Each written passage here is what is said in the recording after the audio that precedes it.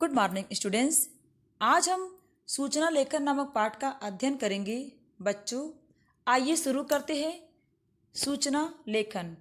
बच्चों सूचना अर्थात किसी महत्वपूर्ण बात को कम से कम शब्दों में लोगों को जानकारी देना होता है। बच्चों जब हम किसी महत्वपूर्ण बात को लोगों तक पहुंचाना चाहते हैं या उन्हें बताना चाहते हैं तो इसके लिए हम सूचना का प्रयोग करते हैं। बच्चों सूचना का मुख्य उद्देश्य ही होता है कि महत्वपूर्ण जानकारी लोगों को देना अर्थात उस बात को सार्वजनिक करना।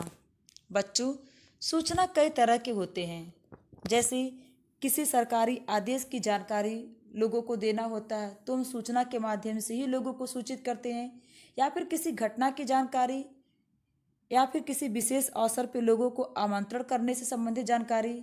इन सब के लिए हम सूचना का ही प्रयोग करते हैं। बच्चों सूचना का एक विशेष प्रारूप होता है। आइए उससे संबंधित कुछ निम्नलिखित बिंदु यहाँ पर दिए गए हैं, उसको देखते हैं।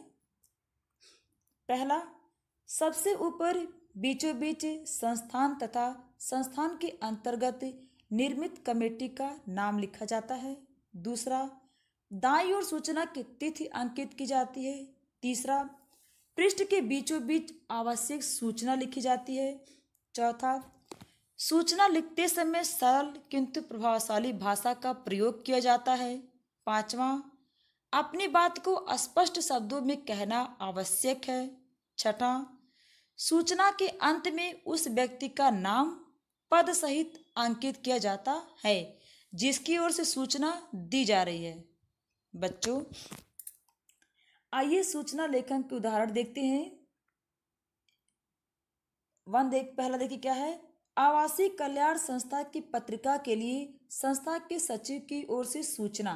तो बच्चों यहाँ पे ये सूचना दिया गया है, किस तरह से लिखते हैं, किस तरह से उसको बनाते हैं। तो बच्चों सूचना के लिए पहले ये बॉक्स बनाना बहुत ज़रूरी होता है, क्योंकि जब तक आप बॉक्स नहीं बनाएंगे आपका सूचना जो है गलत माना जाएगा। उसके बाद देखिए क्या कह रहा है यहाँ पे कि सबसे ऊपर बीचों बीच संस्थान तथा संस्थान के अंतर्गत निर्मित कमेटी का नाम लिखा जाता है। तो बच्चों आवासीय कल्याण संस्था, यहाँ पे संस्था का जो नाम है तो यहाँ पर लिखेंगे आवासीय कल्याण संस्था बसंत विहार, बहुत जरूरी होता है। उसके नीचे लिखेंगे हम सूचना, उसके नीचे लिखेंगे बच्चों नई पत्रिका। ठीक है, फिर देखिए क्या कह रहे हैं कि दाईं ओर सूचना की तिथि अंकित की जाती है। तो बच्चों देखिए दाईं ओर सूचना की तिथि लिखी गई है। आप लोग जो डेट जिस डेट को प्रसारित किया जा रहा है, यानी कि जिस डेट को सूचना दी जा रही है वो आप लिखेंगे यहाँ पे। पृष्ठ के बीचों बीच आवश्यक सूचना लिखी जाती है, यानी कि जो सूचना हम लोगों को देना चाहते हैं वो जो है बीचों बीच यहाँ पर लिखा जाएगा। जैसे आवासीय कल्याण संस्था की नई पत्रिका का कार्य प्रारंभ हो गया है। क्षेत्र के सभी निवासियों से अनुरोध है कि अपने किसी भी प्रकार की मौखिक रचना को अधोहस्ताक्षरित कर 25 जनवरी तक पहुंचा दे। रचना टाइप की होनी चाहिए। तो बच्चों इस तरह से हम सूचना लिखेंगे, कम शब्दों का प्रयोग करेंगे और प्रभावशाली ढंग से लिखेंगे ताकि सूचना जिसको हम दे रहे हैं वो बहुत अच्छी तरह से उसको समझ जाए। आगे क्या है, सूचना लिखते समय सरल किंतु प्रभावशाली भाषा का प्रयोग किया जाता है, यानी कि सूचना जो है हम जिस बहुत ही सरल भाषा को उसमें प्रयोग करेंगे ताकि हर कोई पढ़ करके उस सूचना को आसानी से समझ सके। प्रभावशाली शब्द का प्रयोग करेंगे ताकि उसका लोगों को समझने में आसानी हो। आगे देखिए, अपनी बात को स्पष्ट शब्दों में कहना आवश्यक है, यानी कि हमारा जो हम कहना चाहते हैं, जो हम बताना चाहते हैं वो सामने वाला जब पढ़े तो उसे आसानी से समझ सके।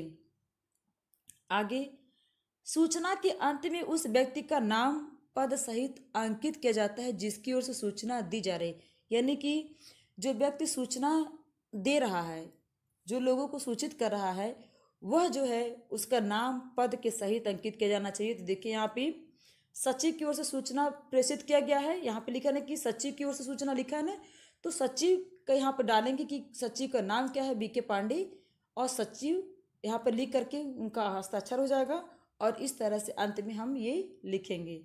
बच्चों इस तरह से आप लोग की सूचना तैयार हो जाएगा। बच्चों, आप लोग का होमवर्क है कि आप लोग कॉपी में ये सूचना नंबर 1 और सूचना नंबर 2 आप लोग अपनी कॉपी में लिखेंगे। इसके साथ साथ यहाँ पे जो निम्नलिखित बिंदु दिए गए हैं उसको भी आप लोग कॉपी में नोट करेंगे। बच्चों, आज के लिए इतना ही। धन्यवाद।